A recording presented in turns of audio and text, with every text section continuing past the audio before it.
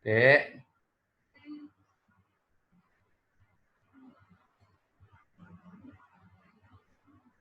Bismillahirrahmanirrahim. Assalamualaikum warahmatullahi wabarakatuh. Selamat bergabung kembali dengan mata kuliah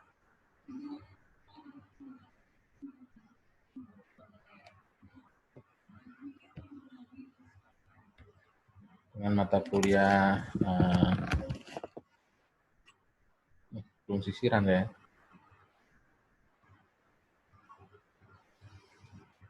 Dengan mata kuliah psikologi industri, di mana ini adalah pertemuan ke-9 dan kita akan membahas mengenai perilaku konsumen.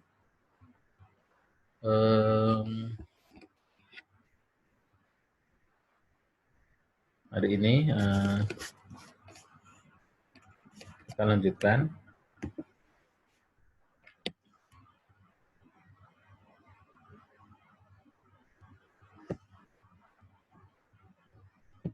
mengenai perilaku konsumen, di mana pada perilaku konsumen ini akan membahas bagaimana seseorang atau kelompok dan organisasi memilih, membeli, menggunakan, dan menempatkan barang ataupun jasa, ataupun ide dan pengalaman untuk memenuhi kebutuhan mereka. Ada dua faktor utama dalam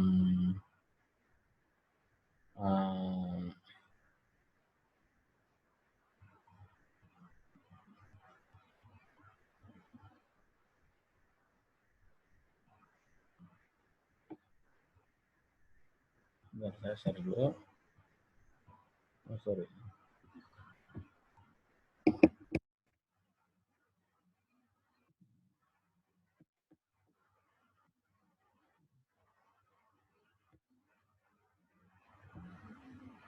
Ya.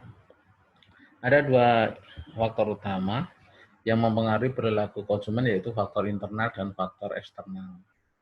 Untuk faktor internal itu terdiri dari kognitif atau penalaran, yang kedua adalah afektif atau perasaan, dan ketiga adalah ciri-ciri individual yang terdiri dari faktor demografis dan psikografis. Kemudian ada faktor eksternal, di mana dipengaruhi oleh sosial budaya setempat, kemudian status sosial konsumen dan kelompok acuan. Jadi mereka memiliki acuan siapa yang menjadi panutannya.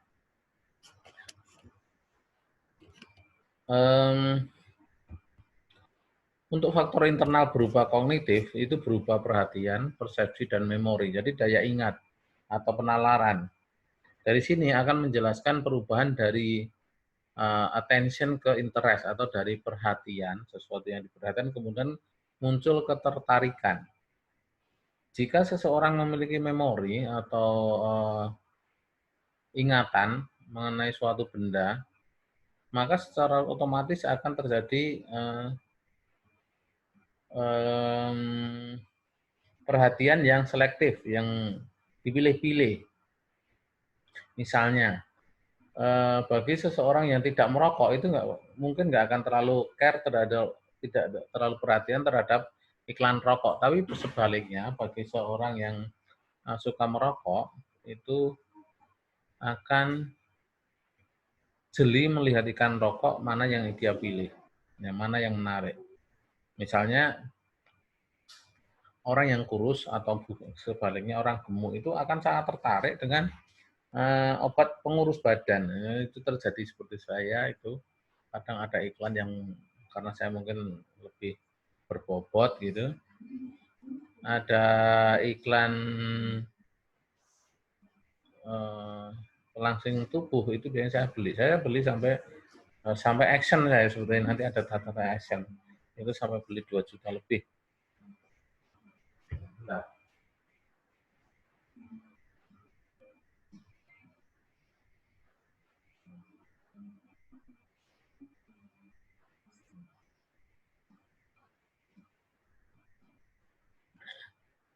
saya lanjutkan, misalnya orang yang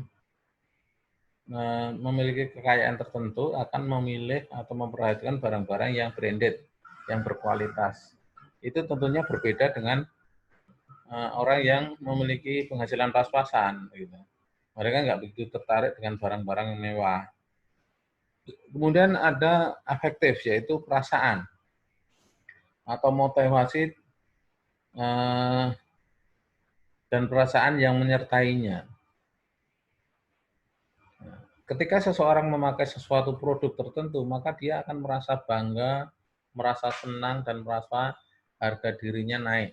Misalnya seseorang yang memakai jam Rolex, maka dia merasa harganya ternaik. Memakai sepatu yang branded, ada mereknya yang cukup terkenal, misalnya Leak, misalnya apa lagi ya, sekarang Skechers gitu, rasanya mungkin kan ada perasaan bahwa dia statusnya cukup tinggi.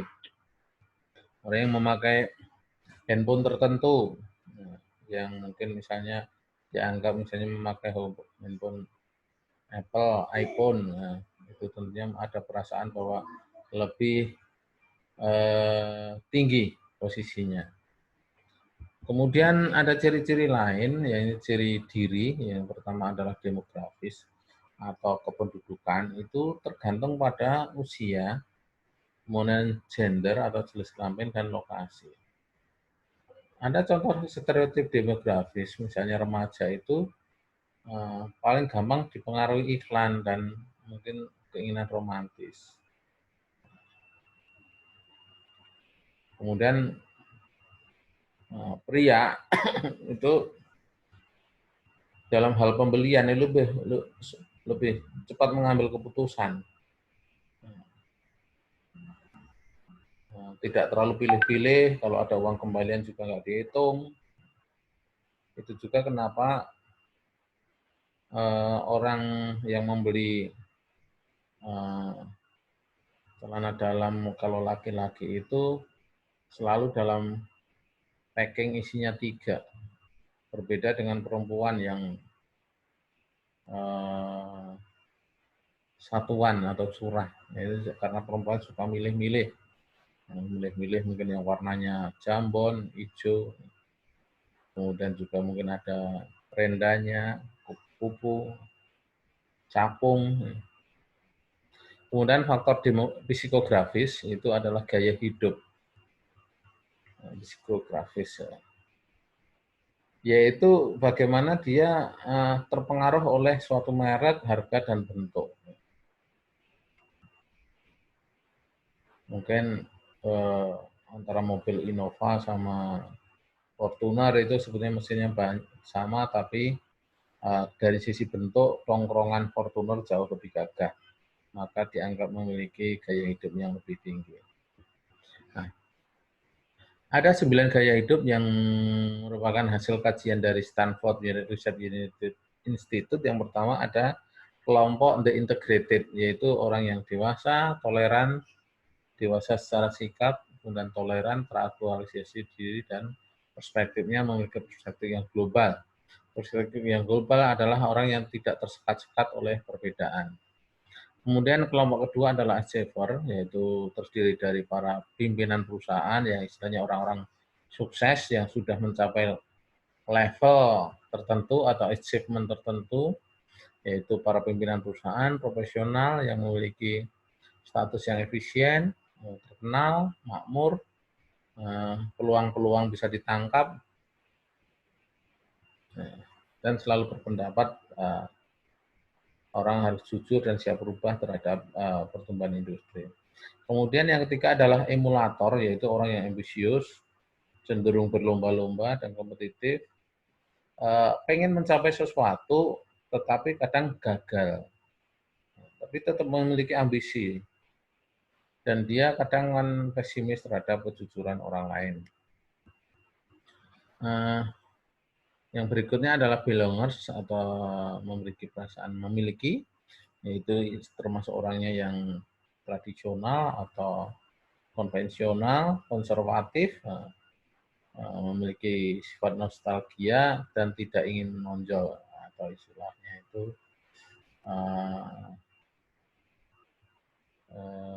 rendah diri.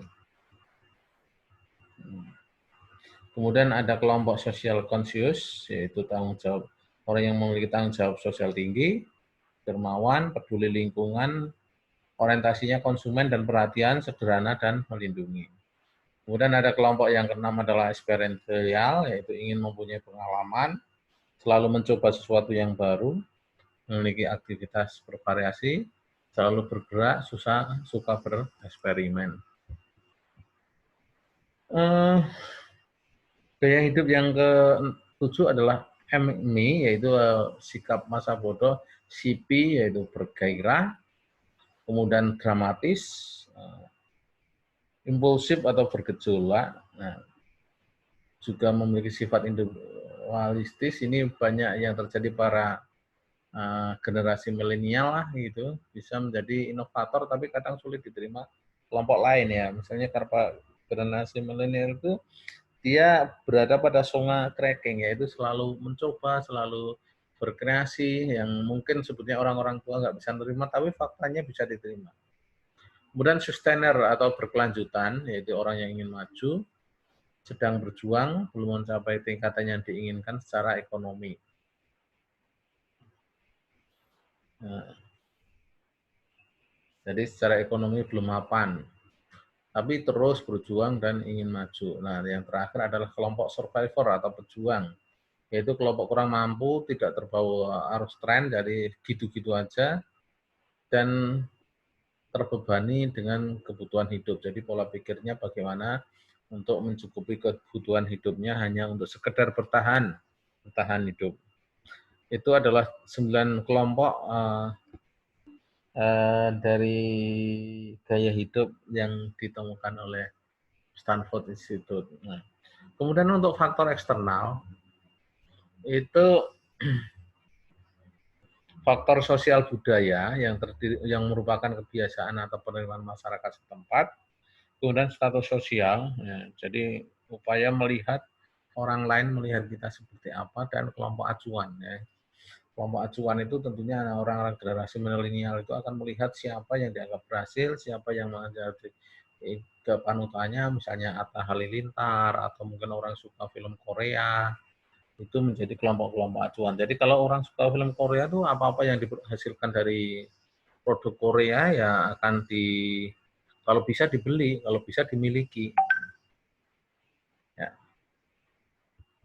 Nah, ini adalah suatu model mengenai perilaku konsumen. Ya, silahkan dibaca sendiri. Ada kelompok eksternal, pengaruh eksternal dan pengaruh internal, kemudian gaya hidup dan proses pembuatan proses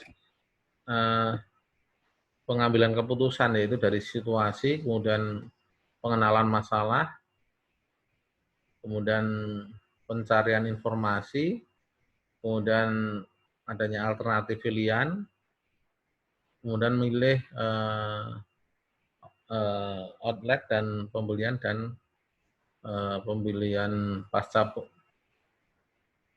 pasca pembelian. Nah, dalam untuk meraih minat dan pada akhirnya produk kita dibeli,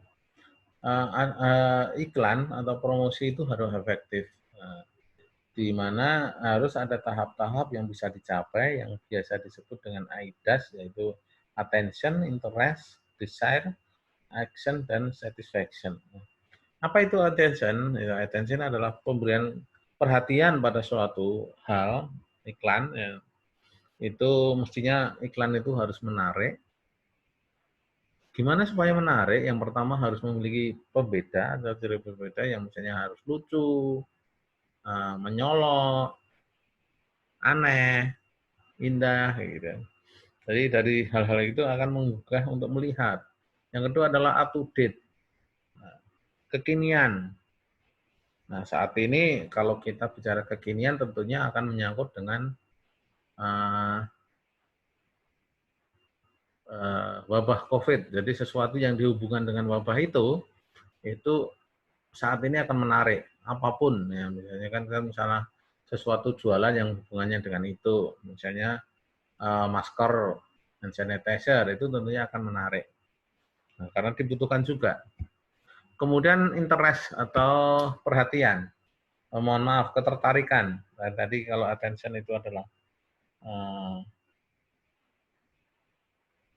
perhatian, sekarang ketertarikan atau minat untuk lebih memperhatikan. Jadi di sini dimaksudkan adalah penggunaan waktu mereka untuk memahami pesan dalam yang lebih detail. Yang pertama, ingin mendiskusikan kepada orang yang tahu, mengingatnya, membahas dalam tulisan atau seminar, dan menyebar luaskan. Kemudian desire atau hasrat, yaitu keinginan untuk mencoba atau membeli. Karena menganggap bahwa produk tersebut sesuai dengan dia atau dirinya. Karena menyangkut nilai-nilai yang sama, gaya hidup yang sama, keadaan psikologis yang sama. Ketika dia masuk ke dalam zona itu, maka ada tahap berikutnya untuk membeli. Kemudian yang keempat adalah action. Nah, tadi AIDAS adalah action, yaitu membuat tindakan dan memutuskan untuk membeli. Setelah membeli, dia ada tahapan selanjutnya, tentunya keberhasilan seorang marketing itu ketika atau suatu produk ketika terjadi pembelian ulang. Jadi ketika orang itu loyal ingin membeli lagi, itu berarti mesti ada indikator ada kepuasan atau satisfaction. Ya. Setelah ada pembelian, kemudian ada pasca beli. Makanya ada layanan pernah jual. Ketika Anda membeli motor, nah, tentunya ada layanan pernah jual, ada garansinya, begitu juga TV. Itu pemasar harus meyakinkan dan berusaha untuk mempengaruhi dan mengamati perilaku pada pasca pembelian. Karena pasca pembelian itu penting supaya orang tersebut kalau cocok merekomendasikan kepada orang lain. Jangan sampai yang timbul adalah iman-iman yang negatif. Apa hal yang perlu dilakukan? Yang pertama adalah komunikasi pasca pembelian atau mengurangi disonan atau perbedaan, kemudian hindari pengembalian dan pembatalan pesanan. Berbicara dengan konsumen untuk mengungkap penggunaan baru dari produk yang ada, jadi apa saja yang bisa dipakai dari produk tersebut. Kemudian harapan konsumen dibandingkan dengan kinerja atau kenyataan yang terjadi. Nah, harapannya tentunya sama. Kepuasan itu terjadi ketika apa yang kenyataannya lebih tinggi dari apa yang diharapkan. Ketika sesuatu yang diharapkan lebih rendah dari kenyataan, itu tentunya muncul ketidakpuasan.